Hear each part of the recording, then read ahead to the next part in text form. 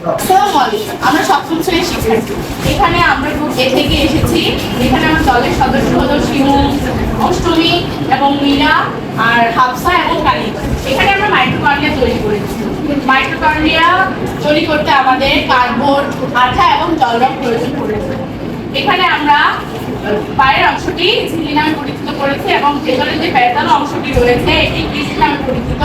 ভিতরের যে দানাদার অংশগুলো আপনারা দেখতে পাচ্ছেন এগুলো অক্সিজন নামে পরিচিত। ভিতরের যে ফাঁকা জায়গাটি রয়েছে এটি ম্যাট্রিক্স নামে পরিচিত। এবার আমার দলের সদস্য শিমু আপনাদেরকে এই কার্যকারিতা সম্পর্কে কিছু বলবে।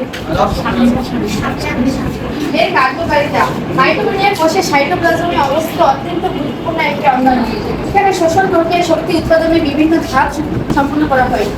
এবার আমার দলের সদস্য কানিজ এর গঠন সম্পর্কে আপনাদের কিছু বলবে। মাইটোকন্ড্রিয়ার ঝিল্লির ভিতরের অংশটি মসৃণ, কিন্তু এর বাইরের অংশ এর ভিতরের অংশটি পেঁচানো অংশটি এই পেঁচানো অংশটি মাঝে ভাঁজগুলোকে মিষ্টি বলে এবং এর ভেতরে অর্ধতল দানাদার অংশকে অক্সিজম বলা হয়।